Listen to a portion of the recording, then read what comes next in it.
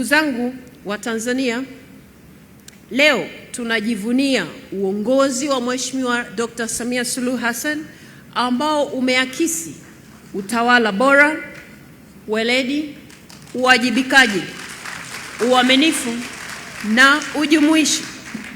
Umekuwa Mheshimiwa Rais kiongozi wa mfano katika kuimarisha mifumo ya sheria, haki za binadamu na uwazi unaozingatia usawa na maendeleo ya kila mwananchi. Kwa nafasi yetu wabunge, tumeshuhudia historia ya mafanikio na mabadiliko yaliyoleta tija na ustawi kwa jamii nzima. Leo Mheshimiwa Rais, tunapokusanyika hapa, tunaadhimisha na kutambua mchango wako kupitia tuzo hii maalum. Mheshimiwa Rais, tunakupongeza kwa utumishi na uongozi wako, na tunaamini utaendelea kuwa taa inayoangaza njia ya taifa letu kwa miaka mingine ijayo.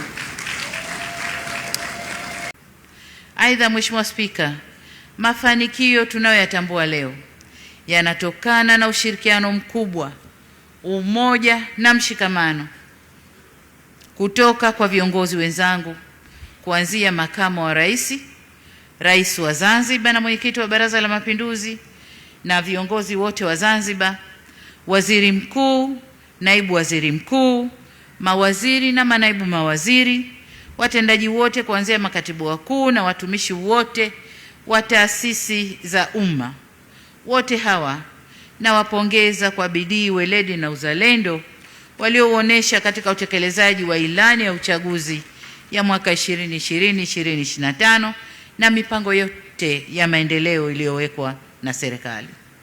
Kwa mantiki hiyo, tuzo hii si yangu peke yangu, ni yetu sote. Nami naitabaruku tuzo hii kwenu wenzangu na wananchi ambao wametoa mchango mkubwa katika kulijenga taifa letu. Mimi nimeipokea kwa niaba yenu. Asanteni sana.